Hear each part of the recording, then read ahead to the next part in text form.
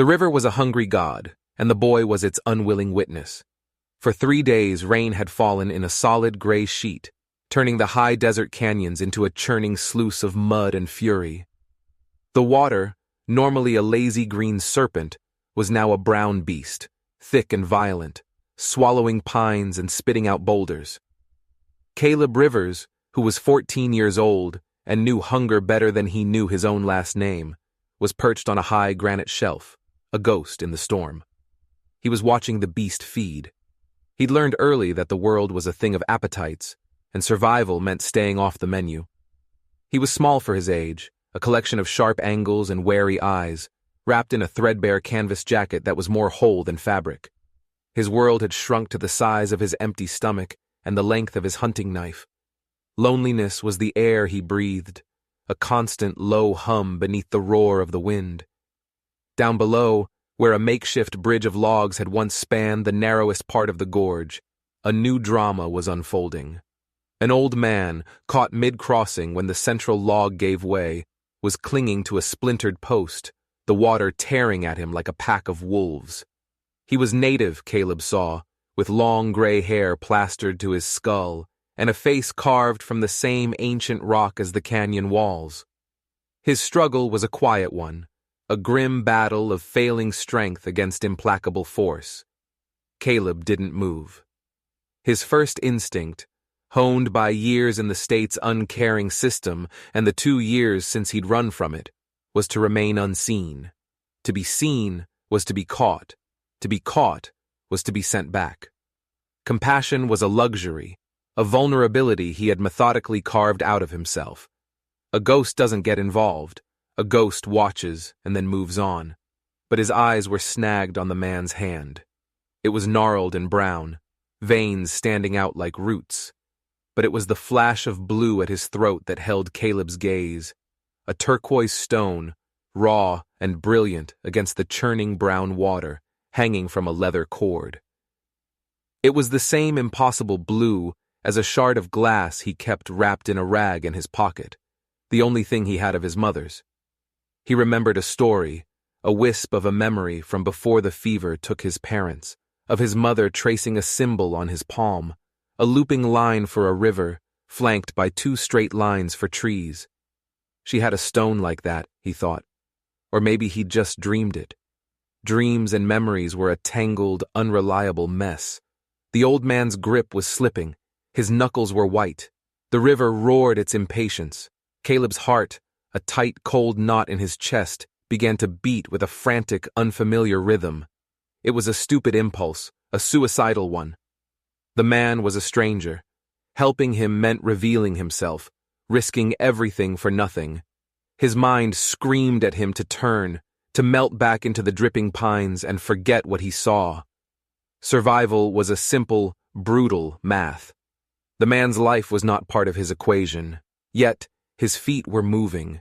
He slid down the slick rock face, dirt and pine needles digging into his palms, his breath catching in his throat. The decision wasn't a decision at all. It was a surrender. A deeper, unexplainable current was pulling him, one stronger than the river below. He found a thick, fallen branch, heavy and waterlogged, and began to drag it toward the gorge's edge. He was small, and the branch was a dead weight. Every muscle screamed. The rain lashed his face, blinding him. He wasn't a hero. He was a fool, a hungry orphan playing a game he couldn't win. "Hey!" he yelled, his voice thin and reedy against the storm's throat. "Old man!" The man's head turned, his eyes finding Caleb. There was no surprise in them, only a deep, weary acknowledgement, as if he'd been expecting him. The sight of that calm gaze in the face of death sent a strange tremor through Caleb. He finally heaved the end of the branch over the edge, pushing with all his might until it splashed into the torrent a few feet upstream from the man. "Grab it!" Caleb screamed. The branch bucked and twisted, but he held on, his worn boots slipping in the mud. The old man let go of the post. For one terrifying second, he was lost to the current, a rag doll in the water's grip. Then his hand shot out and clamped onto the branch. The pull was immense. It yanked Caleb forward, his face scraping against the muddy ground. His shoulder felt like it was being torn from its socket. He was losing. The river was too strong. His fingers, numb with cold, were starting to uncurl. This is it, he thought, a grim, familiar resignation settling in. This is how it ends. Not with a bang, but a slip. Then another pair of hands joined his on the branch. Strong hands. He twisted his head. A woman stood over him, rain streaming from her braided black hair. She was tall and fierce, her face set in a mask of intense concentration. Behind her, two more men appeared from the trees, moving with a silent, fluid grace that seemed to defy the storm. They were all dressed in practical buckskin-like clothes, their faces sharing the same high cheekbones and determined set of the jaw as the man in the water. They added their strength to his, and together they became an anchor. Slowly, painfully, they hauled the old man from the river's teeth. He collapsed onto the bank, coughing up muddy water, his body trembling. The woman, her dark eyes missing nothing, turned her gaze on Caleb. It was not a grateful look. It was sharp, suspicious, analytical. "Who are you?" she demanded, her voice low and clear. Caleb scrambled to his feet, instinctively backing away. He was trapped. He'd broken his own first rule. He was seen. His mind raced, searching for a lie, an escape route. But before he could speak, the old man pushed himself up on one elbow. He looked past the woman, his eyes locking on Caleb's. The turquoise stone at his neck pulsed with a deep, inner light against his wet skin. "He is the one," the old man rasped, his voice filled with a strange mixture of exhaustion and awe. "He is Sarah's boy." Caleb froze. The name hit him like a physical blow, a name he hadn't heard spoken aloud in 6 years. Sarah, his mother. The world tilted, the roaring river and the driving rain fading into a dull background hum. The woman's suspicion morphed into stunned disbelief. The other men exchanged wide-eyed glances. The old man's gaze softened, and in it, Caleb saw not the face of a stranger, but something achingly familiar, a flicker of a memory of a kind hand and a deep, rumbling laugh. "Caleb," the old man said, and the sound of his own name from this man's lips was both a key and a cage. "It is time to come home." Home. The word was foreign, a language he didn't speak. Home was a 2-room shack with a tin roof, the smell of wood smoke and his father's pipe tobacco. Home was the sound of his mother humming as she drew pictures in a worn leather-bound book. Home was a place that had been swallowed by fever and fire and buried under 6 years of institutional gray walls and the cold indifference of strangers. He had no home, and yet, as the woman, Takakota he would learn she was called, helped the old man to his feet, Caleb didn't run. He stood rooted to the muddy ground, the cold rain on his face mingling with a warmth that was spreading through his chest, a terrifying, hopeful heat. He was a ghost who had just been seen, an orphan who had just been named, and for the first time in a lifetime of running, he had no idea which way to go. He followed them, a single, silent step at a time, away from the roaring river and into the deep, quiet woods, walking toward a past he never knew he had, and a future that was about to claim him completely. The forest was a living cathedral, silent and profound. The canopy of ancient pines was so thick, it turned the torrential downpour into a soft, percussive drumming, a gentle mist that smelled of wet earth and eternity. They walked for what felt like hours, the old man leaning on one of the younger warriors, Caleb trailing behind with the fierce woman, Takakota, whose watchful silence was more unnerving than any threat. Caleb's mind was a maelstrom. Sarah's boy. How could this stranger know her name? His parents, Thomas and Sarah Rivers, were nobodies. They'd lived off-grid, a quiet, unassuming couple who kept to themselves until a sudden, virulent fever had swept through their small cabin, leaving a 9-year-old Caleb to be found days later by a passing hunter. That was the official story. The story that had defined his loss. The story that had made him an orphan of the state. He clutched the shard of blue glass in his pocket. It was his only tangible link to that life. He remembered his mother, a woman with a quick smile and wind-tangled hair, always drawing. She drew the river, the trees, the birds, the sky. Her drawings were his most vivid memories. Her name was Sarah, not Whispering Wind or some other fanciful name, just Sarah. These people were mistaken. It was a coincidence. It had to be. They came to a sheer rock wall, a dead end of granite slick with moss and rain. Caleb's heart sank. A trap. But the old man, Ayana, simply placed his hand on the rock face. One of the warriors, a young man with a troubled expression named Marcus, pushed against a curtain of hanging vines. With a low groan of stone on stone, a section of the wall pivoted inward, revealing a dark, narrow passage. Awe and fear warred in Caleb's chest. He hesitated at the threshold. Takakota gave him a slight, impatient nudge. "He will not bite," she said, her voice laced with dry sarcasm, gesturing toward Ayana. "He is your great-grandfather." Great-grandfather. The word was absurd. Caleb had no family. Family was a photograph in a file, a faded black-and-white image of two smiling people he could barely remember. He stepped through the opening, and the world changed. The passage opened into a valley, a perfect bowl of impossible green cradled by towering, impassable cliffs.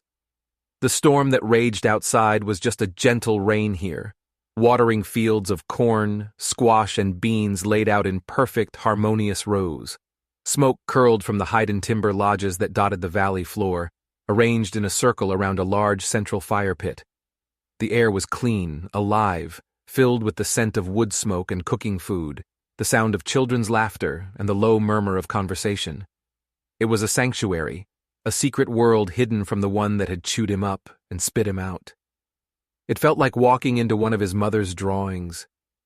People emerged from their homes, their faces a mixture of concern for the returning party and curiosity at the sight of him. They were the Anahola, the river people, Ayana explained, his voice gaining strength in the peace of his home. And Caleb, he said, was one of them. He was led to the largest lodge, the fire warm at its center. He was given a bowl of rich, hot stew that made his stomach clench with a pain that was half gratitude, half shame. He ate like a starved wolf, unable to meet the eyes of those around him. Once he was finished, Ayana sat before him.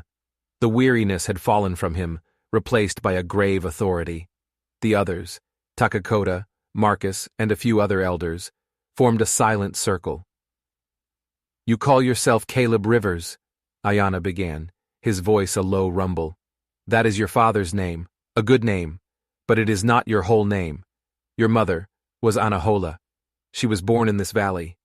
Her name was not Sarah, it was Tiata, which means whispering wind." Caleb shook his head, a denial rising in his throat. "No, her name was Sarah, she told me." "She was stolen from us when she was a child," Ayana said, his eyes clouded with an ancient pain. "Taken by outsiders who wanted to force our people to assimilate, to forget our ways. She was adopted by a white family, given a new name, a new life. She never forgot us, but she did not know how to find her way back. When she was a young woman, she ran. She met your father, Thomas, a good man who loved her for who she was. They sought a life of peace, away from a world that had hurt them both." Caleb's world was fracturing, the neat, painful story of his life shattering into 1,000 pieces. Stolen? His mother wasn't just an orphan like him. She was from here, from this impossible place. "But they were not left in peace," Ayana continued, his voice hardening. "There is a man, a Takeda, a hollow man. To the outside world he is Dr. Morrison, the respected community physician from the town 30 miles from here." Caleb looked up, startled. He knew that name. Dr. Morrison had signed the death certificates. He'd been the one to tell the sheriff that Thomas and Sarah Rivers had died of a sudden, aggressive strain of influenza. A kind, silver-haired man with gentle hands and a sad smile. "He is no doctor," Takakota spat, her voice dripping with venom. "He is a butcher and a thief."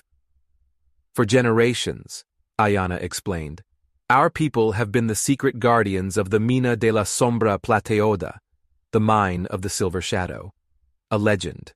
A myth whispered among prospectors for over a century.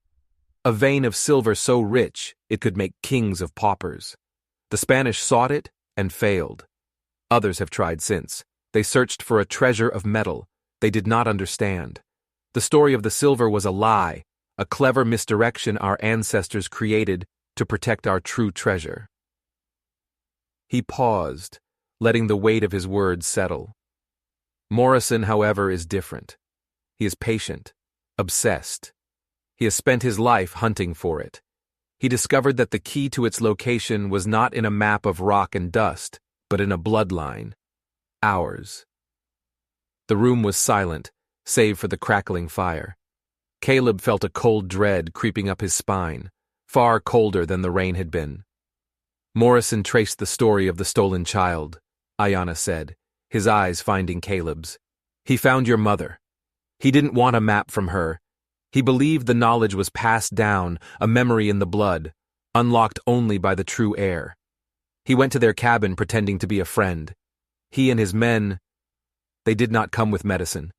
They came with questions, and then with violence. Caleb stared at him, his mind refusing to process the words. No, he whispered. It was a fever. The sheriff was told a lie by a man everyone trusted. Ayanna's voice was gentle but firm. There was no fever, Caleb. Your parents were murdered. They died protecting you and protecting our secret. Your mother hid you before Morrison found you. He has been searching for you ever since. The last of her direct line. The stew churned in Caleb's stomach. The image of the kind doctor, the silver-haired man of medicine, warped into something monstrous, a smiling predator.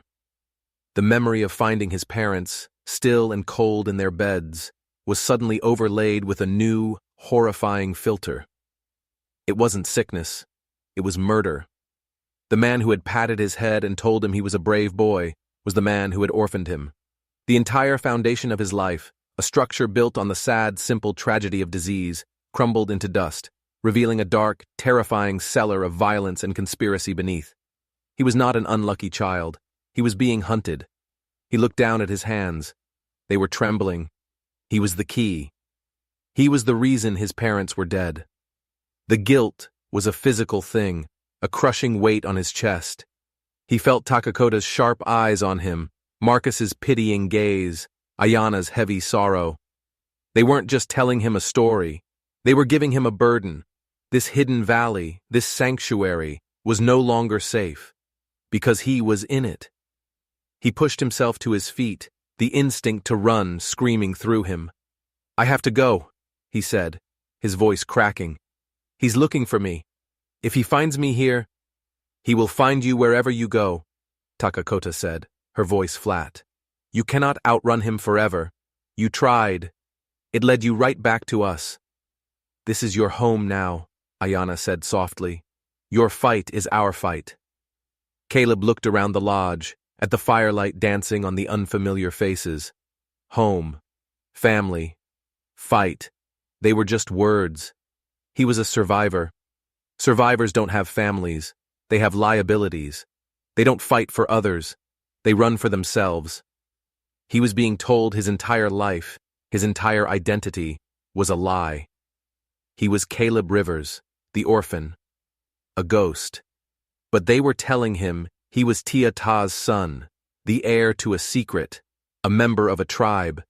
He felt torn in two, the boy he had been warring with the boy they claimed he was. He looked at his great-grandfather's face, a face carved with a grief that mirrored his own, and saw the truth there. A terrible, world-altering truth. He was no longer just running from the past. He was the last guardian of it, and it was a legacy that was going to get them all killed. The days that followed were a disorienting dream. Caleb was given a small, private alcove in Ayanna's lodge, a space of his own for the first time in years. He was given new clothes, soft and durable, that didn't scratch his skin or carry the scent of mildew and desperation. He ate 3 times a day, his body slowly unlearning the gnawing anxiety of perpetual hunger. The people of the Anahola treated him with a strange mixture of reverence and caution. He was a living symbol, the returned child of prophecy. Yet he was also an outsider, a boy who carried the scent of the world that had stolen one of their own. He spent most of his time with Ayana. The old man was a patient teacher, weaving the story of his people, of Caleb's mother, into the rhythm of daily life. He showed Caleb the symbol of the tribe, carved into the central totem in the valley, a looping river flowing between two tall trees. "The river is our life," Ayana explained, his hand tracing the carving. "The trees are the two families who founded this valley, a promise to protect it, together. Your mother's bloodline is one, mine is the other. The knowledge of the water is held between us."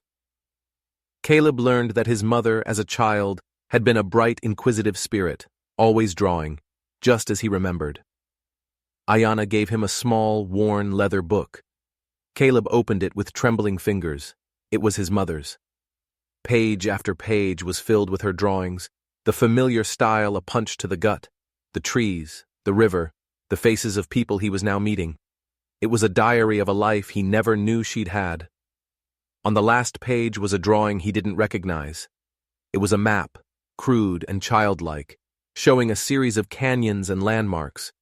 In the center was the symbol of the river between two trees, and next to it, a pile of rocks marked with a shining star. The silver mine. "This is what Morrison seeks," Ayana said, his voice grim. "Your mother drew this from the stories she was told as a child. It is a deception, a beautiful lie to lead the greedy down the wrong path." Caleb held the drawing, this deceptive map, feeling the weight of the lie that had cost his parents their lives. He also wore the turquoise pendant now. Ayana had taken it from his own neck and placed it around Caleb's. It felt heavy, a constant reminder of the identity being pressed upon him. It was a key, Ayana said, but not to a mine. It was a key to his memory. His relationship with the others was more complex. Takakota remained a challenge. She was the tribe's war leader, and she saw him as a weakness, a boy raised in the enemy's world. She trained the young warriors with a brutal efficiency, and Caleb often watched from the sidelines, feeling clumsy and inadequate. She tested him constantly, not with weapons, but with sharp questions and sharper glares. "The world outside has made you soft and solitary," she told him once, after he'd flinched from a sudden noise. "A wolf that has forgotten its pack is just a dog waiting to be caged." Her words stung, but they held a kernel of truth he couldn't deny. Marcus, on the other hand, was his shadow. The young warrior who had helped pull Ayana from the river seemed determined to be Caleb's friend. He showed Caleb the best places to fish in the valley's placid stream, taught him the names of the plants and birds, and told him stories of his younger sister, Elena, a bright-eyed girl of 10 who followed them everywhere, her laughter echoing through the trees. Caleb found himself slowly, cautiously, letting his guard down around Marcus. For the first time, he felt a flicker of something like friendship, a dangerous and unfamiliar warmth. Marcus was torn. Caleb could see it. He revered Ayana and was fiercely loyal to the tribe, but he also seemed fascinated by Caleb's stories of the outside world, of cars and electricity and sprawling cities, a world he had only ever heard about. One evening, as twilight painted the canyon walls in shades of purple and orange, Caleb sat with Ayana by the fire. He was finally starting to feel a fragile sense of peace, the constant knot of anxiety in his gut beginning to loosen. "The true treasure," Ayana said, his eyes on the flames, "is not silver, it is life, it is the water." He explained the secret that the lie of the silver mine protected. The Anahola, through a complex treaty signed with the Spanish crown centuries ago, and honored by subsequent governments who thought it worthless, held the legal, ancestral water rights to the 3 rivers that fed the entire region, including the one that had nearly claimed Ayana's life. In a high desert landscape where water was becoming more precious than gold, those rights were a treasure beyond measure. "Morrison knows the silver is a myth," Ayana murmured. "He is a modern man. He understands the true value of water, If he can eliminate the last heir with the blood knowledge, you, and seize the documents that prove our claim, he can control the lifeblood of this entire territory. He can sell it to developers, to the government, to the highest bidder. We would be wiped out, and he would be a king. The knowledge settled on Caleb, heavier than any rock. The scope of Morrison's ambition was terrifying. It wasn't just about a hidden valley or a small tribe. It was about everything. He was the only thing standing between this peaceful community and a man who wanted to turn their very source of life into a commodity. The choice he had been wrestling with, to stay or to run, was no longer a choice. Running wouldn't save these people. Running would doom them. For the first time, his own survival felt irrevocably tied to the survival of others. It was a terrifying, suffocating, and strangely empowering realization. He was part of a pack now, whether he liked it or not. The attack came without warning. It was just after dawn, the sky a soft, pearly gray. The valley was stirring, the scent of morning fires just beginning to drift on the air. A sudden, sharp crack echoed from the cliffs above, the unmistakable report of a high-powered rifle. It was followed by another, and then a third. A sentry, posted high on the canyon rim near the hidden entrance, cried out once, and then was silent. Panic erupted. People scrambled for cover, mothers pulling their children into the lodges. Takakota's voice rang out, sharp and commanding, directing her warriors to defensive positions behind the ancient stone walls that ringed the village. Caleb's blood ran cold. He found us. The sanctuary had been breached. His presence here had been a beacon, drawing the monster to their doorstep. The guilt was immediate and overwhelming. He huddled in Ayana's lodge, his heart hammering against his ribs. He was not a warrior. He was just a boy, and he was terrified. From the mouth of the narrow passage, men began to pour into the valley. They were not a clumsy posse. They were organized, professional, dressed in dark tactical gear, and armed with automatic weapons. They fanned out, using the terrain with a cold efficiency, and leading them, walking with an unhurried proprietary air, was Dr. Morrison. He was no longer the kindly town doctor. His silver hair was swept back, his face hard and predatory. His eyes, the eyes Caleb remembered as gentle, scanned the valley with a chilling, obsessive hunger. A fierce firefight broke out. The Anahola warriors, armed mostly with bows and older hunting rifles, were skilled and knew the terrain, but they were outgunned. The crack of their rifles was answered by the deafening roar of automatic fire. Men fell, the air filled with the acrid smell of gunpowder and the cries of the wounded. Caleb watched through a crack in the lodge's hide covering, his body trembling. This was because of him. Every fallen warrior was his fault. "How?" Ayana whispered beside him, his face a mask of anguish. "How could he have found the entrance? It has been hidden for 500 years. The answer came in a brutal, heart-stopping moment of betrayal. Marcus, the boy who had been Caleb's friend, the one who had shared his food and his laughter, walked out from behind a lodge, his hands raised. He wasn't looking at the invaders. He was looking at Takakota, at Ayana, his face streaked with tears, his expression a torment of shame and desperation. "I'm sorry!" he cried out, his voice breaking. "He has Elena. He has my sister. He promised he wouldn't hurt anyone if I showed him the way." A collective gasp of horror and understanding went through the tribe. Takakota's face, already grim, hardened into a terrifying granite stillness. She looked at Marcus not with anger, but with a deep, profound pity that was somehow worse. From behind the line of mercenaries, one of them dragged a small, terrified girl forward, Elena. Her eyes were wide with fear, a dirty rag stuffed in her mouth as a gag. Morrison smiled, a thin, cruel slash in his face. The blackmail was complete. The siege was absolute. The betrayal was a knife twisted in the heart of the community. Morrison's voice, amplified by a small bullhorn, boomed across the valley, mocking the sacred silence. "Ayana, the game is over. You have harbored a fugitive, and you have something that belongs to me. Send out the boy, Caleb Rivers. Send him out with the map, and this can all end peacefully. Your people will be relocated, of course.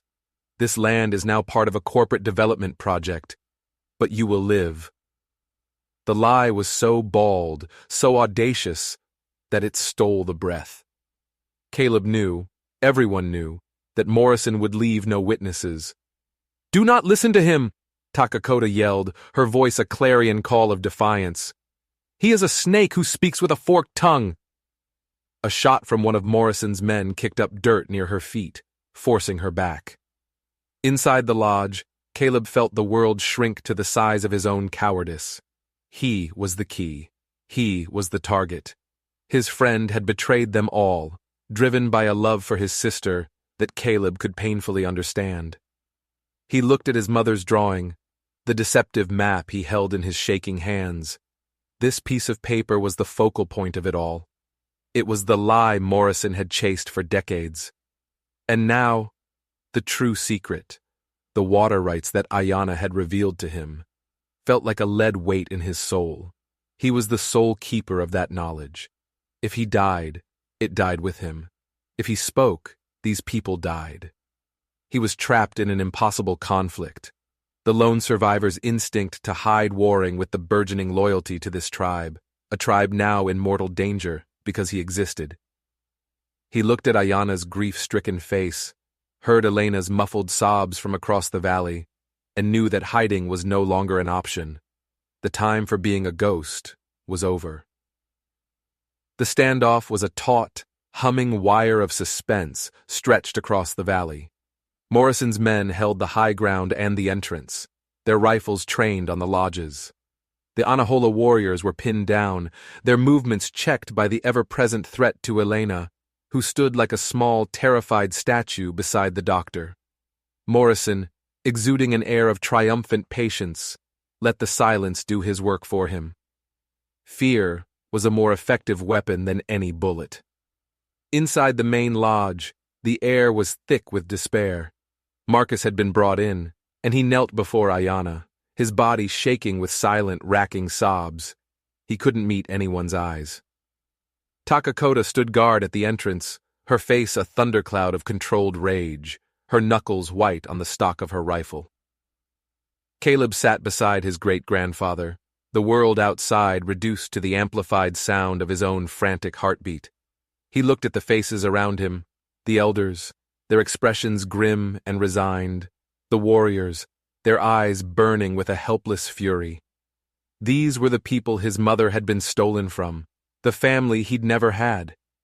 He had been with them only a matter of days, yet the thought of their destruction felt like a blade in his own gut. He was the reason for this. His existence was the lit fuse. "There is no way out," Ayanna said, his voice a frail whisper. He looked ancient, the weight of his people's potential end crushing him. "He has us trapped." Caleb's gaze fell to the leather-bound book in his lap. He opened it to the last page, to his mother's drawing, the map, the lie. Morrison had murdered his parents for this piece of paper, for the secret he believed it held. The villain's entire life, his decades-long obsession, was focused on this single object. It was the physical link to his parents' death, the symbol of the villain's quest. And in that moment, a desperate, terrifying idea began to form in Caleb's mind. It was an idea born of the lone survivor's cunning, but twisted into something new, something that wasn't about saving himself. It was about saving them. He looked at the central fire pit, its flames licking at the air, a warm, living heart in the center of the lodge. He felt a strange calm settle over him, the frantic fear solidifying into a hard, cold resolve. He was not a warrior like Takakota. He couldn't fight them with a rifle, but maybe, just maybe, he could fight them with the one thing Morrison wanted most. He stood up. The movement was so sudden it drew every eye in the lodge. "Caleb, no!" Ayanna said, his voice pleading. Caleb looked at his great-grandfather, then at Takakota. "He wants the map," he said, his own voice sounding distant to his ears. "He wants the boy who holds the secret." He took a deep breath. He can have the boy, but he can't have the map. Before anyone could stop him, he walked out of the lodge. The sunlight was blinding. A dozen rifles immediately swiveled to aim at his chest. He flinched, but did not stop. He walked slowly, deliberately, into the open space in the center of the village, his hands raised to show they were empty, save for the drawing he held in his right hand. "Morrison!" he shouted, his voice clearer and stronger than he thought possible. The doctor's head snapped toward him. A slow, triumphant smile spread across his face. The boy himself. Wise choice, Caleb. Very wise. Now bring me the map, and we can end this unpleasantness.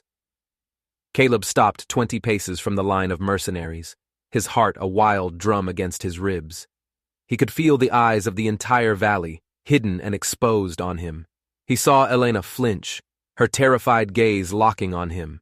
He saw Marcus lift his head, his face a mess of tears and disbelief. This was it, the culmination of a lifetime of running. He was done running. "You want this?" Caleb held up the drawing, the paper fluttering in the breeze. "You killed my parents for this." "They were sentimental fools who stood in the way of progress," Morrison said, his voice slick with contempt. "They died for a secret they were too primitive to understand. A secret that now belongs to me. Give it to me, boy." Caleb looked from Morrison's greedy, obsessive face to the drawing in his hand, this link to his past, this symbol of his parents' sacrifice, and he made his choice. He was choosing his new family's future over the physical relic of his past. With a defiant cry that was half grief and half rage, he turned and threw the drawing not toward Morrison, but into the large communal fire pit that burned in the center of the village.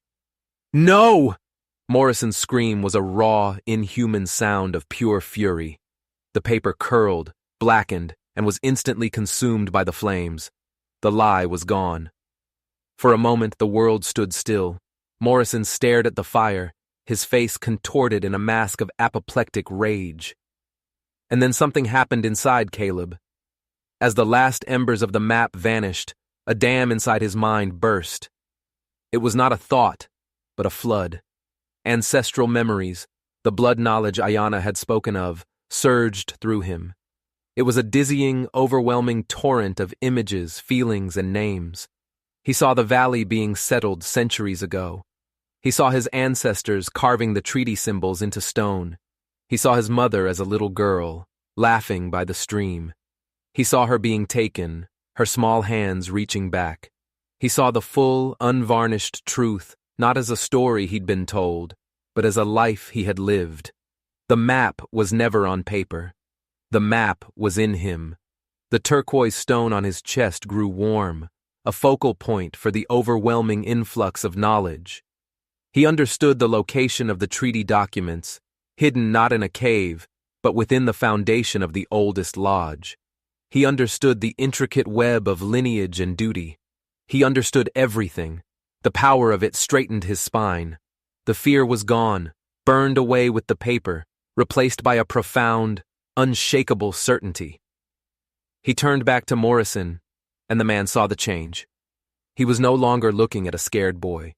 He was looking at something ancient and formidable. "You wanted the treasure?" Caleb's voice was low, resonant, filled with an authority that was not his own. "You were never worthy to even know its name.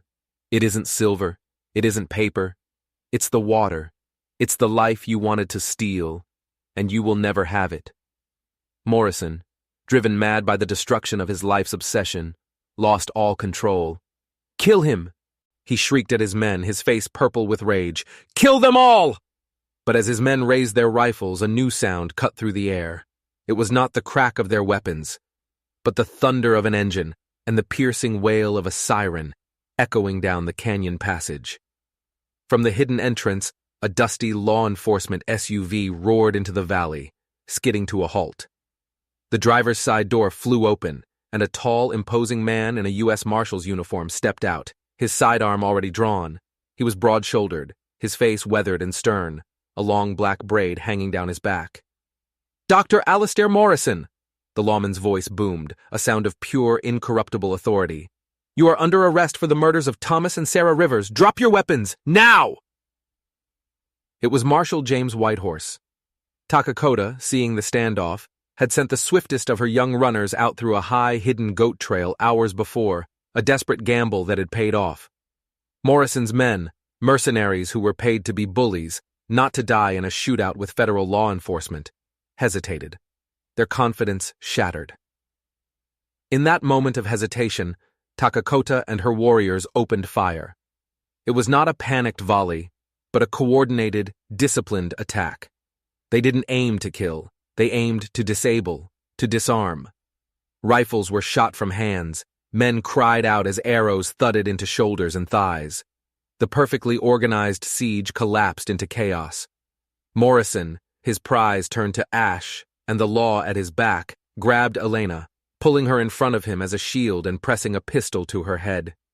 He backed away, his eyes wild with a cornered animal's feral terror. But Marcus, seeing his sister in the monster's grasp, exploded into motion. He launched himself at Morrison, not as a warrior, but as a brother, a screaming, desperate blur of motion. He slammed into the doctor, knocking the gun aside. The pistol fired, the shot going wide, and Caleb, acting on pure instinct, surged forward, tackling Elena and pulling her to the ground, shielding her small body with his own as the world erupted around them. The last thing he saw before the dust and chaos obscured his vision was Takakota and Marshal Whitehorse converging on the struggling form of Dr. Morrison. The tide had not just turned, it had become a tidal wave. The silence that fell after the storm was more profound than any noise. Morrison's mercenaries, stripped of their weapons and their arrogance, were zip-tied and lined up against a rock wall under the watchful eye of Marshal Whitehorse's deputies, who had followed him into the valley. Morrison himself, bruised and sputtering incoherent threats, was shoved into the back of the marshal's SUV, his decades of respected authority erased in a single desperate morning. The truth, buried for 6 years, had finally been unearthed. Caleb sat with his back against the wall of Ayana's lodge, Elena curled up asleep beside him, her small hand still clutching his shirt. Marcus knelt before him, his head bowed. I can never be forgiven, he stammered, shame radiating from him in palpable waves. Before Caleb could respond, Takakota walked over. She looked down at Marcus, her expression unreadable. "You acted out of love, twisted by fear," she said, her voice softer than Caleb had ever heard it. "You betrayed us, but when it mattered, you saved your sister. The Council of Elders will decide your path. For now, go to her." Marcus looked up, a flicker of hope in his tear-filled eyes, and moved to sit by his sleeping sister, his gratitude a silent, heavy presence. Takakota then turned her gaze to Caleb. She studied him for a long moment, taking in the dirt on his face, the exhaustion in his eyes, and the new, quiet strength in his posture. She knelt in front of him, a gesture of respect that sent a shockwave through him. "When you arrived, I saw a stray," she said, her voice low and direct. "A child of the outside world, weakened by it. I was wrong. I saw the ghost, but I did not see the ancestor within. You have the heart of an Anahola warrior. You sacrificed the past to save the future. Your mother would be proud." She placed a hand on his shoulder, a gesture of profound acceptance. It felt heavier and more meaningful than any medal. Later that day, after the last of the outside world's chaos had been cleared away, Ayana led Caleb to the bank of the gentle stream that flowed through the heart of the valley. The rage-filled river of the outside world seemed a lifetime away. Here, the water was clear and calm, whispering over smooth stones. The entire tribe was gathered, their faces no longer filled with caution, but with a deep, welcoming warmth.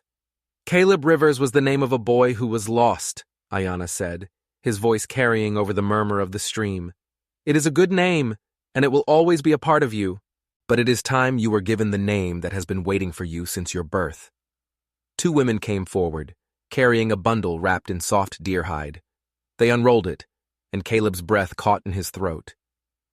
Inside was a set of traditional clothes, soft leggings, a tunic embroidered with the symbol of the river between 2 trees, and beaded moccasins. They were small, sized for a newborn. "Your mother, Whispering Wind, made these for you the week you were born," Ayana said, his voice thick with emotion. "She was so proud. She wanted you to know where you came from. We have kept them for you. Always." The clothes were a symbol of a life that should have been, a direct, tangible link to his mother's love, but looking at them now didn't bring the sharp sting of loss. It brought a sense of completion. Ayana presented him with a new set of clothes, identical in design but made to fit the young man he had become.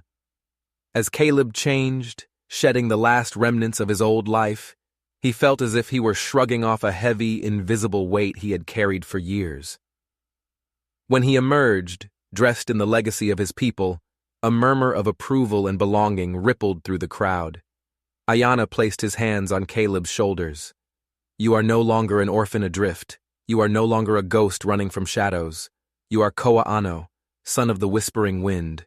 You are Anahola. You are home." Home. The word settled into his soul, no longer foreign or frightening, but a warm, solid foundation beneath his feet.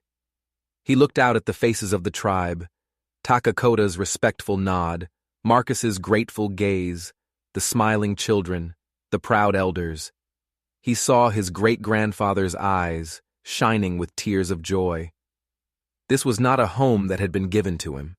It was a home that had been earned, built one splinter of trust and one scar of sacrifice at a time. The desperate loneliness that had defined him for so long had evaporated, replaced by a profound sense of purpose.